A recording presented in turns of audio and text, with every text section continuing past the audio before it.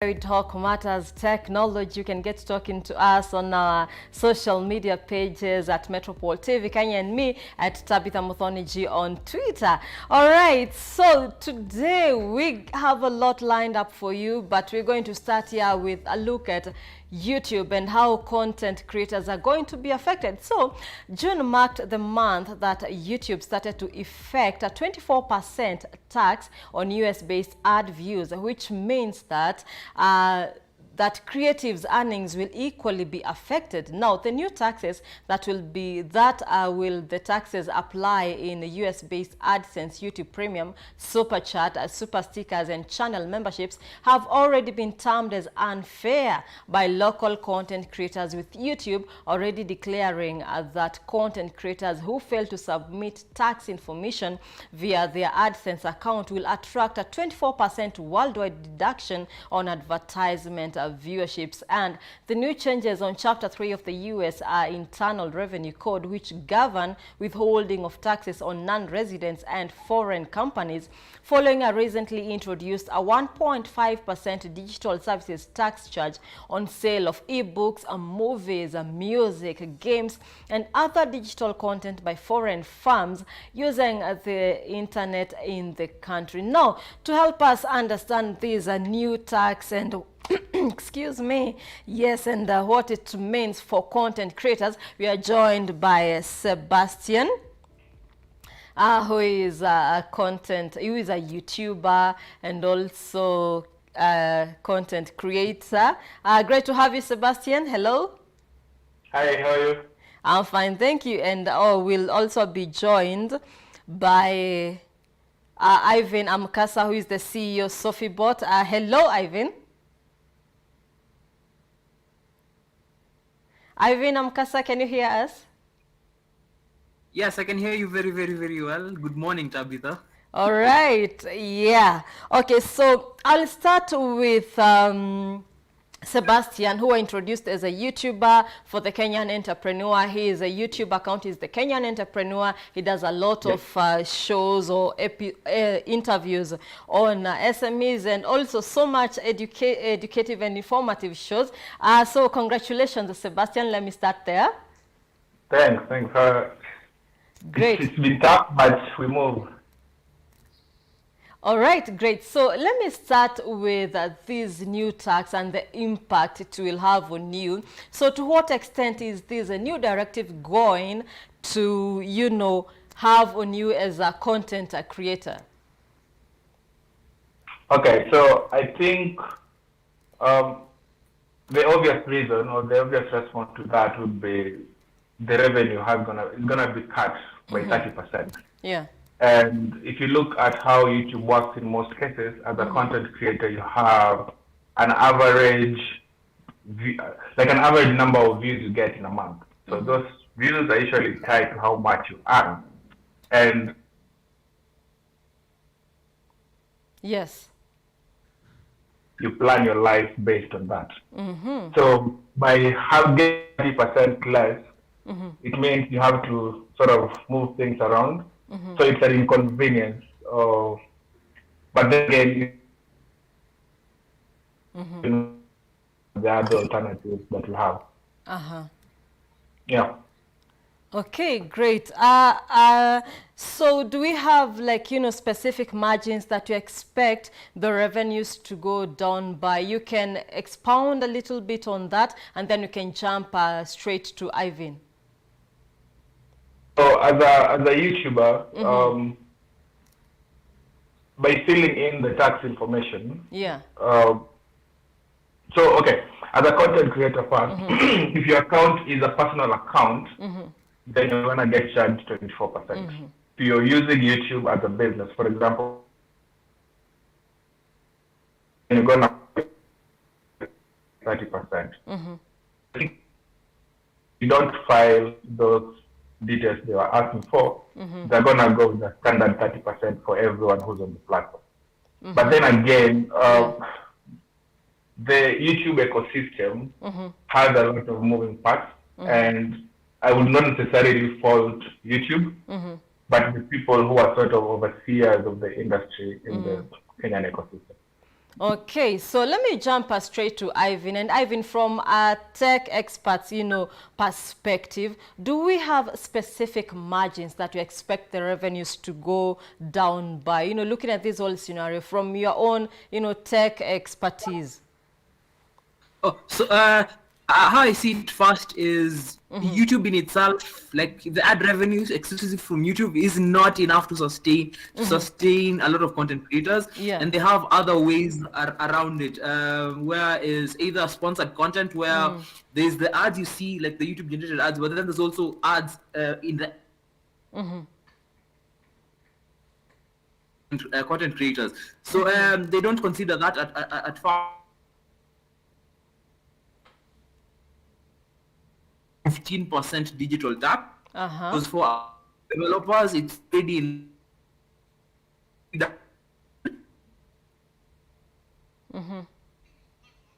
symptom of that, and it's grossly unfair. I feel it's supposed to incentivize US content creators to show their tax filings, because unless you show them your tax filings, they won't deduct the 24%. So it's incentive to that. But then the law needs to, and Google needs to have different agreements with every jurisdiction they're in.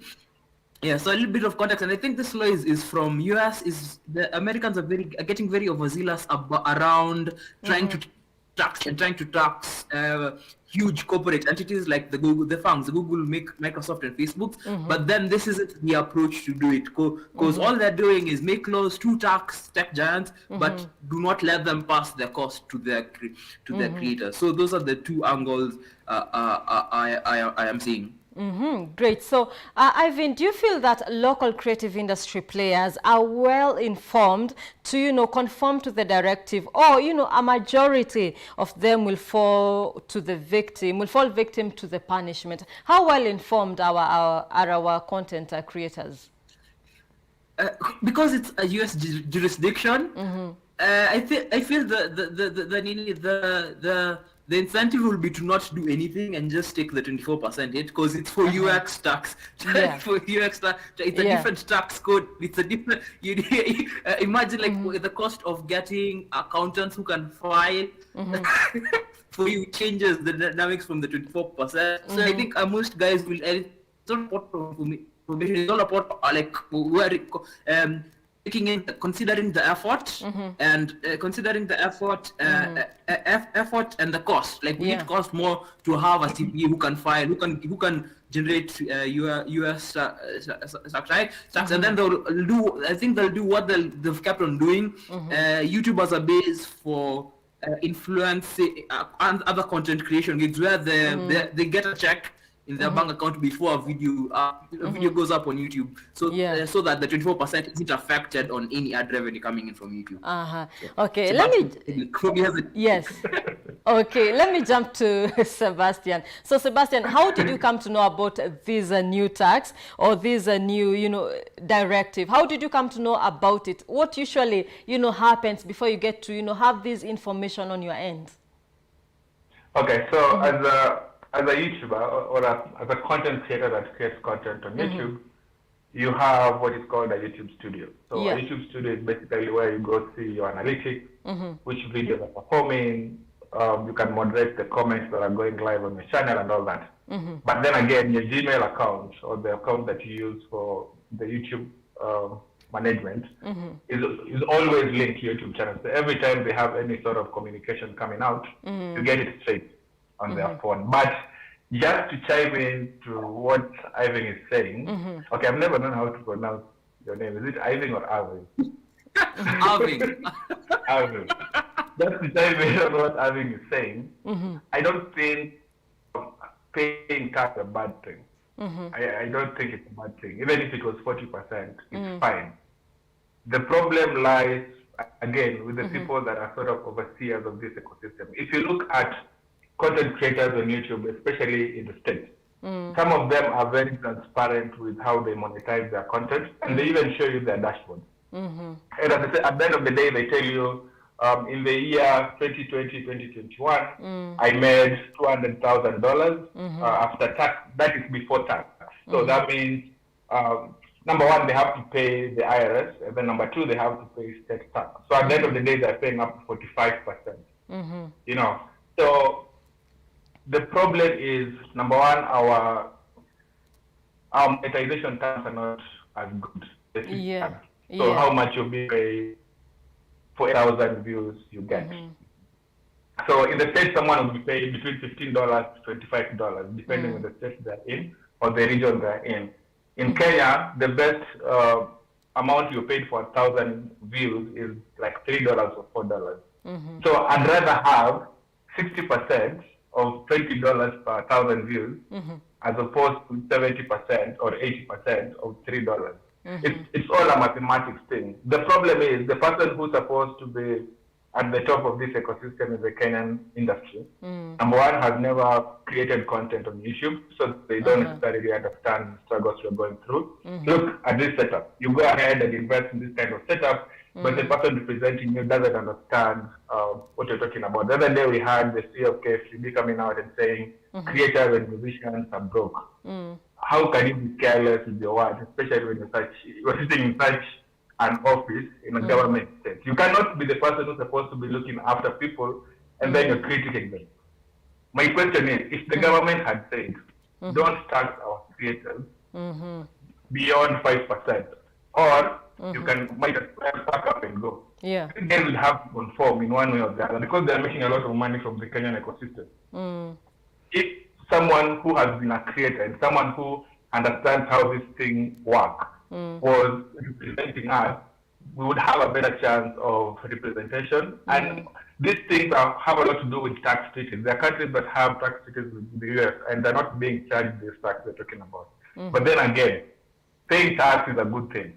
It's a good thing. However, if we are paying even the digital service tax that Arvin is talking about, where is that money going to? You know, are we going to see it being used to sort of make sure that anyone who's a registered content creator is getting access to cheaper data, for example?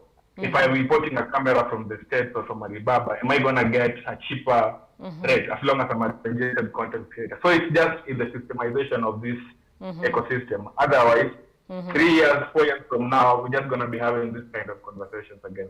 Yeah, great. So you've mentioned something about the government, and then my next question would be, do you feel the government has done enough to tackle emerging issues under this specific industry? Yes, I know you want to cut me short when before I continue. Yes. Yeah, sorry for that. But I don't think they are invested enough to even know what is happening. The thing is, you see Mungai Eve, for example, interviewing celebrities and later on talking about making 1.5 million after 6 months or 1 year. And you, in your head, you just have this misfire that tell you, okay, I need to figure out a way how I'm going to tax this young guy who's creating content. You don't really understand that, number one, the showbiz ecosystem, number one, runs on cloud. Sometimes people come out and say, I'm making X amount, just so more and more people talk about them. But it's not really the fact. But even it's fact.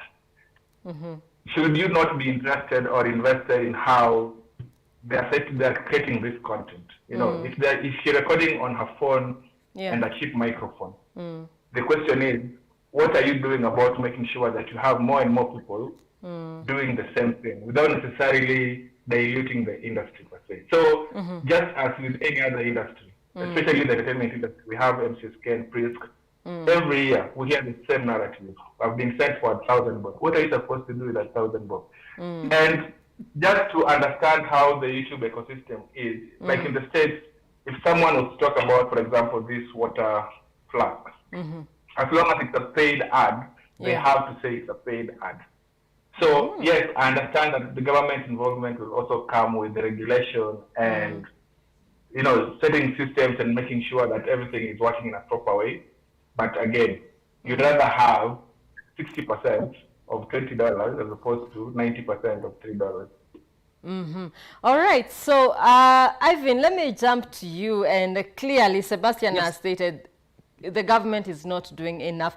From an expertise, perspective, what areas need immediate attention from the government, and also what are some of the policies around that maybe we can, speak about, to help the industry? Yes. Yeah, so issue one is tax duties, and then making sure if they want revenues, I know that, like, we're in that, they need to increase the revenues. They need to tax the tech giants and do not let the tech giants pass this cost to the people using on the platform. Second thing is something Sebastian was saying, like, how things happen in Kenya is a community is formed, we get progress on our own, and then the government tries and taxes us without knowing how we got to the progress. Our context is, and I'm giving this in relation to the 15% digital tax. There's something called merchant accounts on the Play Store. Yeah. And Kenyan developers could not put up paid apps on the Play Store. It was because of lobbying of us, Android developers, and in our community of Android developers, we got merchant accounts, and now want to tax revenue from merchant accounts. So that's the mismatch. Help stakeholders in the field monetize their work fast before you think about taxing them. Build the structures for the revenues you want to tax. It makes your life easier. We'll be even more willing to get taxed. So that's policy issue one. Help structures, facilitate structures, and we'll be very happy to pay the tax because you help facilitate the structures that monetize our work. Second is the tax treaties with the different jurisdictions that are enforcing those taxes on us, so that it makes sense, and make sure they are taxing the tech giants, the original companies, and do not let these original companies pass this cost down to consumers, because that's the mismatch we keep getting. Yeah. Great. Let's talk about some of the opportunities as we wrap up for this industry, for the creative industry. What growth opportunities are there, and how can we invest? Let's start with Sebastian. Talk about the opportunities and also take us through how you have invested as a content creator. Sebastian. How I've invested? Okay, so I'm just going to talk about the blanket monetization aspect of this digital platforms. My channel is called The Kenyan Entrepreneur, so we talk about matters of entrepreneurship and lifestyle with a focus on people who actually do something without necessarily, losing the essence of what the original idea of the channel was. Yeah. But if you look at what is happening right now, especially on YouTube, a lot of conversational content is taking over. We see the easiest way to tell the direction of any industry is to look at what top creators are doing in the ecosystem. If you look at the States, someone like Paul Logan, who used to be a serious blogger, started a podcast on YouTube and this other podcast platform. So the same applies to the number one TikTok creator, who is Charlie D'Amelio. She has a YouTube channel now, and it's more conversational. So the opportunity lies in conversational content. If I had a sponsor for this video, it would be like, this page is sponsored by so and so. So the opportunities are not necessarily coming from the Google AdSense. Google is good because it's giving us the platform to share our opinions. Number one, if you're going to create content, as a conversational content creator, you have to have an opinion. Otherwise, you're just going to be lost in the rubble. Number two, you need to understand that, yes, YouTube will pay you every 21st of every month, but in between, you're going to have your electricity running out, so you need to figure out a way to monetize your content. So sponsored ads, like having said earlier, okay, I keep looking here because you guys are here. Having someone say, I have this product, it ties in with what you're talking about, so you embed it in your edit. We have people like Ibis, I saw them on one of the posters that you had shared with me, who are saying, okay, instead of putting up a billboard, let's talk to an Instagram influencer who can record a video of the experience at our hotel. And they've been doing a lot of that. So it's all a matter of understanding who you want to talk to and which company wants to talk to the same person, and then tying it all together. Okay. And my camera is running out of power. All right. So, Ivan, let me get 2 or 3 pointers from you on the same. Okay, so for me, I think about it in content-wise, and probably it's best because the kind of content I like. Sebastian's talked about like most the most engaging content out there is more conversational. But then I focus on the subject of the conversation. Kenyans, like, there's a very low-hanging fruit for Kenyans, which is relationship and gossip. And we need to move from that. There's a huge and the same is happening with all these voice platforms. So Twitter Spaces and Clubhouse. Kenyans are doing a lot of that there. But then I think gaming is going to be big. So like pro gamers in this field, live streaming the events. I want to try something around with gaming, sports. Actually, people having conversations and talking about bantering about the week's sports things is also supposed to grow bigger. Comedy, but not in the sense of comedy skits. There's a burgeoning stand-up movement happening in Kenya, and their content online, same way as Comedy Central is going to be that's about to be big. And the last monetization is finding ways, and these creators are gatepaid, have a check before the needs can be nuanced. Or in this video we'll be talking about subject X, but before you get into subject X, this video is sponsored by product X or company X. It could be also the subtle placements in the content itself. What coffee are they drinking? What is the day-to-day products that in specific videos? And the last thing, and I don't know why David didn't mention it, is tips. Letting creators, letting fans tip their fan as an extra source of revenue. Probably the biggest guys to do this were CTA, cleaning the airwaves, where they have an M-Pesa number. Dev is building something, take tips. And I'm seeing 2 or 3 other players trying to build places where guys can start collecting tips from the fund. Okay, great. As we wrap up, let's talk about, how the pandemic has affected the creative industry in general, and also Sebastian, you can speak to us about your future perspectives and how you have reinvented yourself during the pandemic, and also Ivan will wrap up on the same. Sebastian, let's start with you.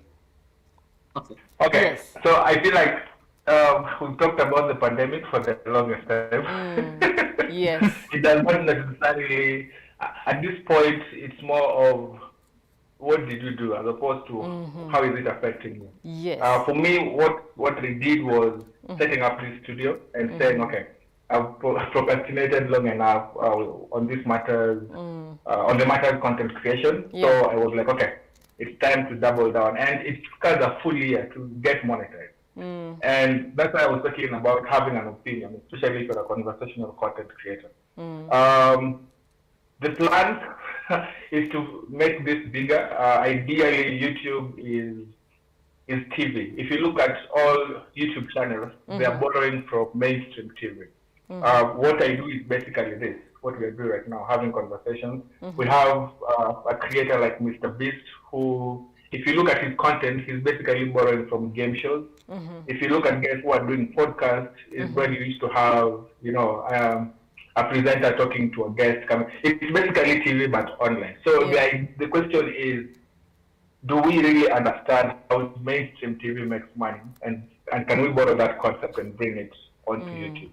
If you're a podcast content creator, you need to listen to a lot of radio and see how they embed the ad so that it segues easily into the content that you're talking about. So you just don't talk about microphone as an advance. Yes, the conversation you're talking about at that particular time is polygamy. Like, there has to be a time between the product and the topic that you're talking about. The idea is to have more people create content on this channel that we have right now, sort of to give opportunities, because there are things you already know that most people don't know. Having talked about tipping, Yes. There's a platform we built called creator.co.ke, Uh-huh. and it came from the basic idea of I have 100 people who watch my content every time it goes up, and that is every day. These 100 people must be seeing something from this or getting value from this. So you're basically putting up a tip there, telling them to my and Yeah. content is not necessarily new. If you go to traditional events and weddings, we have a small group that comes dancing and group. One Yeah. thing they always have is markets. So they Yeah. expect value from my conversation. You supposed to support the content creation process. So basically, yeah, it's just the understanding of how to monetize and tying everything together, but at the same time, knowing what you're doing. Is it a business or are you doing it because you have extra time on your hands? I've been used to have a podcast about how so maybe you can tell us what the plan you had. Okay, yeah, let's quickly jump to Yeah. Ivan. Ivan, very briefly, and then we wrap up this. Yes. Okay. So well, my sex ed podcast is coming soon. There's a poker thing that'll be coming soon, and then there's also a sleight of hand thing that'll be coming soon. So I'll get in the spaces and but then so the pandemic is probably as a fan, it's been great for me. I've seen there's no musicians and artists and creators now have a lot of live music out there, like recorded like music. You have Men of Soul. The band has 2 performances out there. Sauti Soul did a digital release of the Nini, and we should see more of that even post the pandemic as promotional material for for the art, or even as monetizable content for the art. Second is we'll have to, it's a year we're learning how to live with the virus. I think that most creators make their money out of events. My opinion is, and I'm trying to practice it with my own small event, is events are going to move from where you're selling cheaper tickets to 1,000, 2,000, 3,000 people. It's you'll be selling higher tickets to fewer amount of people and making sure you can keep them safe at your event. So as public gatherings closed and as drinking spots are still open, guys can still rework their whole event model into smaller maximum numbers, but then higher tickets for a greater experience. That's for live. And the energy should keep moving. They not had as much digital scope of live venues as we have right now. All right, thank you so much, Ivan Amukasa, tech expert and CEO, Sophie Bot, yes, and also Sebastian, who is a Kenyan YouTuber for the Kenyan Entrepreneur channel on YouTube, content creator, and also a podcast host. All right, thank you so much. So there you have it on YouTube, and understanding the new 24% directive. For the creative industry or for the content creators, and we have also gotten to see the opportunities that are there in the creative industry for the content creators. For now, we take a very short commercial break. Stay tuned, we'll be right back.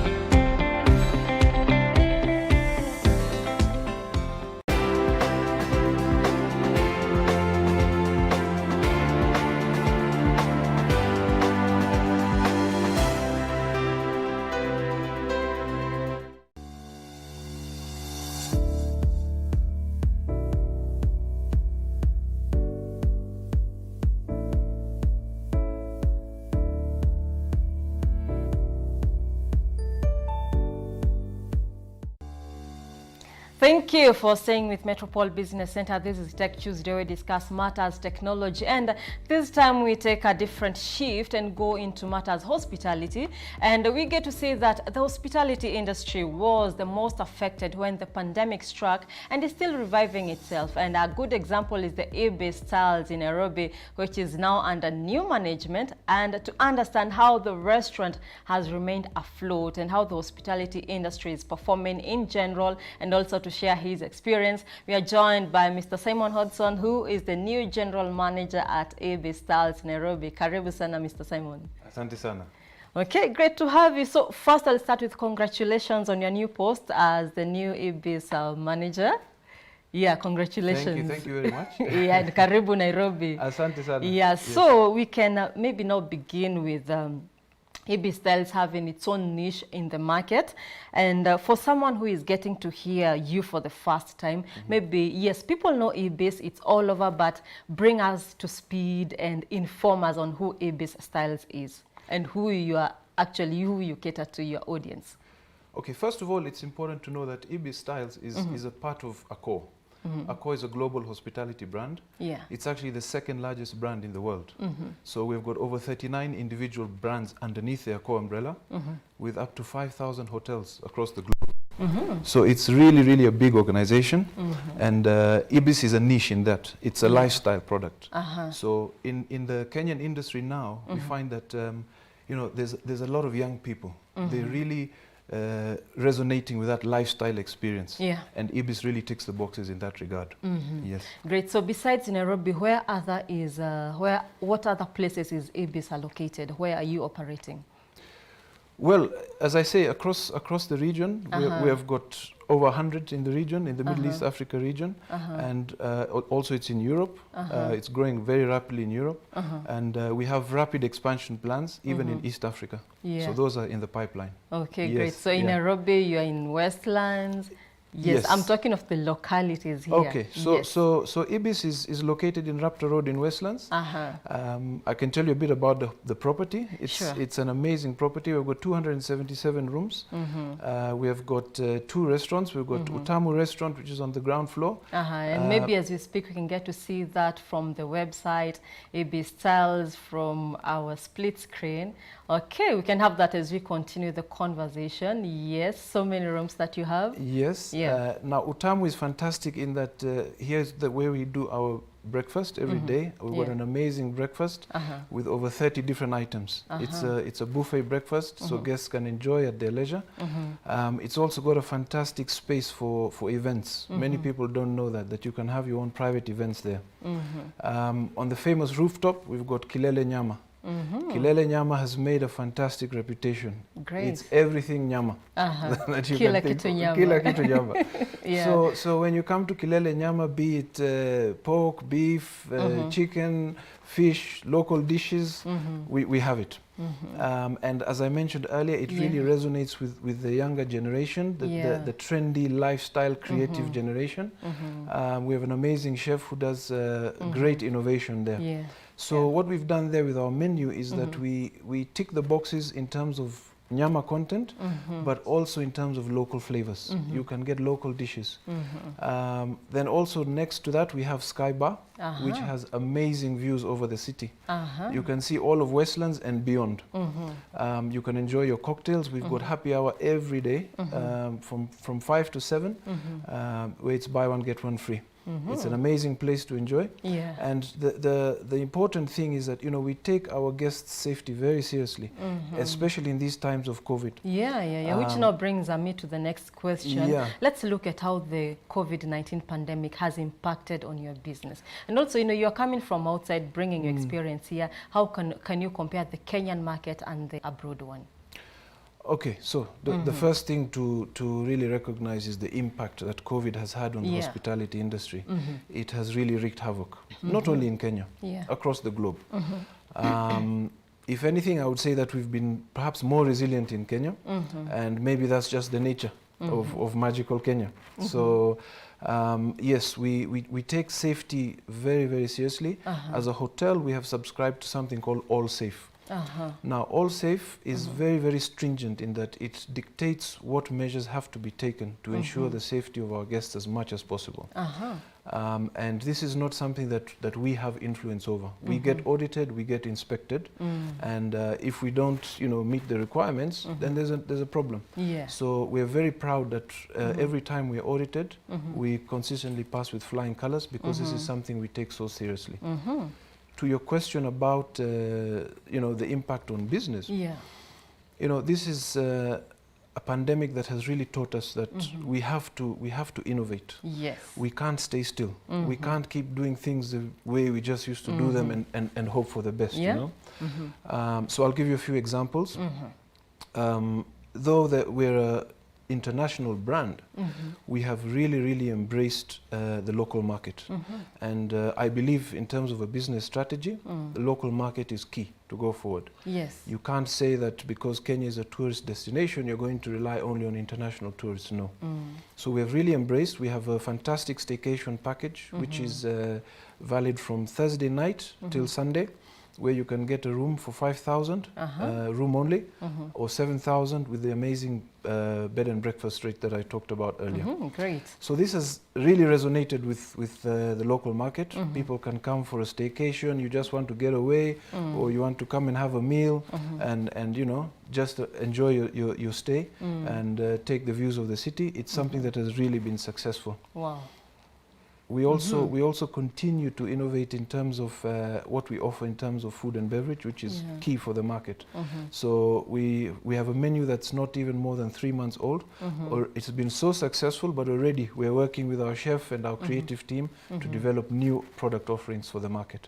So in terms of a strategy, we have to offer value. We recognize that our target market is creative and trendy, and so we do everything to tick the boxes for them. Great. And now let's talk about the experience that you bring on board. Okay. Yes. And how also we can compare the Kenyan market to where you are coming from. Yeah. Okay. So first thing is that though I'm Kenyan, I started in the industry as a young man. I started my training in the Norfolk long ago, but I recognized that I needed to go out there and really get experience. So I worked outside the country for almost 18 years. Wow. That's a long time. It's a long time. Long time of great experience. Yes. So during that time, I was lucky to work with a lot of international brands. I worked in South Africa. I worked in the UK. I've been with brands like IHG and Marriott. But I'm very, very glad to be back in Kenya with Accor, which is, as I said earlier, fantastic brand, a market-leading brand in this region. Yes. Great. So what can we say are some of the maybe public-private partnerships that you're looking forward to, bringing on board at Ibis? Ibis is part of the greater hospitality industry in Kenya. And when I look at the Kenyan industry, it really, to me, it's something filled with so much potential. As I said, I've traveled, but one thing that always strikes me is that in Kenya we have so much in terms of hospitality, tourism, to shout about. Nairobi alone, you know how many international hotels we have. You go to the coast, you go to northern Kenya, you go to western Kenya. There's so much variety. There's so much for this industry to exploit. So what I look forward to is actually as a country and an industry, really focusing on developing that potential. And key to that, in my view, is we have extraordinary human capital. We have got fantastically talented young people. We need to really develop them, put them on a pedestal so that they can take the industry forward. In terms of partnerships, we have Brand Kenya, we have Magical Kenya. It's looking forward to the great work that has been done and more of the same to really market the destination aggressively and strategically to get the best out of it. Great. But yes, I'm very optimistic. Great. So you've mentioned about internship skills, and I remember in your CV there was something about you starting as an intern. That's true. Yes. So looking at the job market so far, and looking at the unemployment wage in the country, maybe we can get that data on wage unemployment in the hospitality industry. Yes, it will come up as we continue speaking. Yes, looking at that data, Mr. Simon, we see that there are a lot of youth that don't have jobs, or they have lost jobs even, due to a result of the, pandemic and all that, and also just joblessness in the country. So looking at the internship skills that you maybe could train your employees on, what skills are you bringing on board, or what skills do you have in place to ensure that we have, people in the market who understand what they are doing, proper skills in the hospitality industry? Yeah. It's a very important point you raise. For me, what I say and what I've seen in my time working in the industry, the number one thing is attitude. Great. Because skills you can teach. As long as somebody is willing to learn, you can teach the skills. But attitude, you attitude cannot. is exactly. Yeah. And the hospitality industry is a people industry. Yeah. So you have to have that desire to work with people, that love of working with people, of interacting with them. It's not something that you're going to close yourself off in a room and be invisible. You have to have that desire, that passion. Yeah.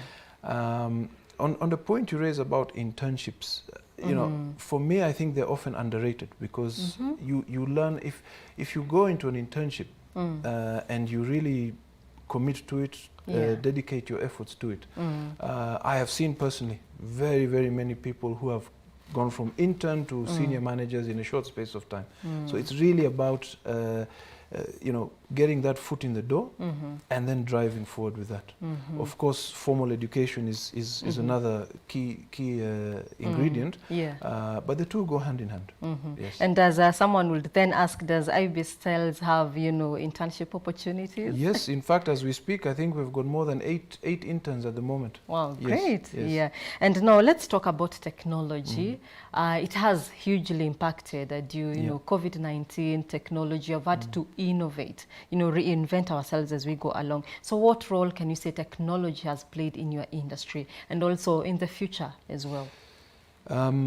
It has played a more and more important role. Yeah. And as I look to the future, I think that is going to keep growing. I'll give you a few examples.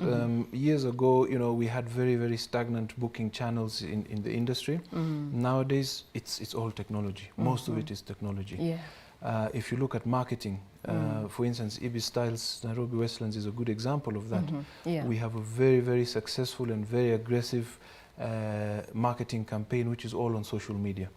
And going back to our target market, that is what resonates with them. That's the future. Yeah. So you find that technology is playing a bigger and bigger role.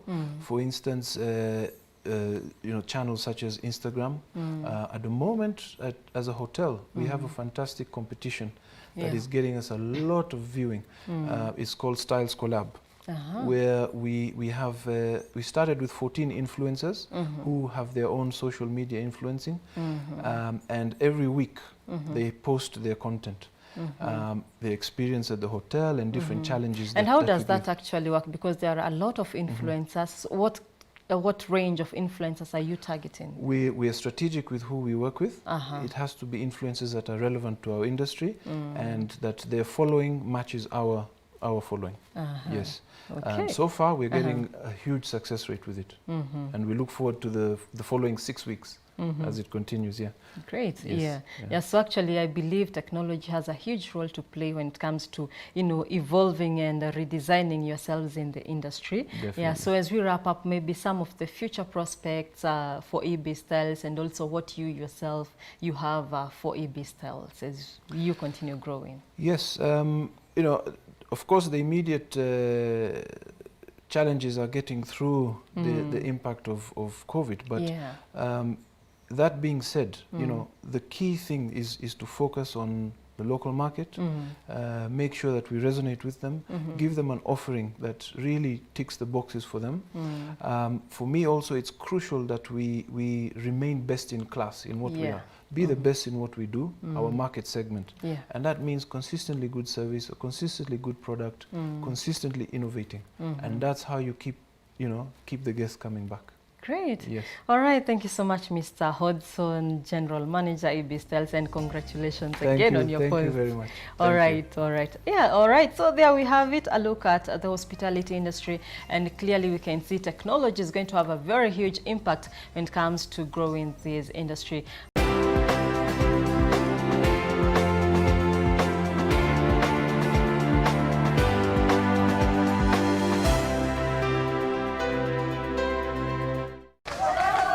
Kwa majina anaitwa Mwinyi Faki Khatibu, ni mkazi wa Jomvu, Mombasa County.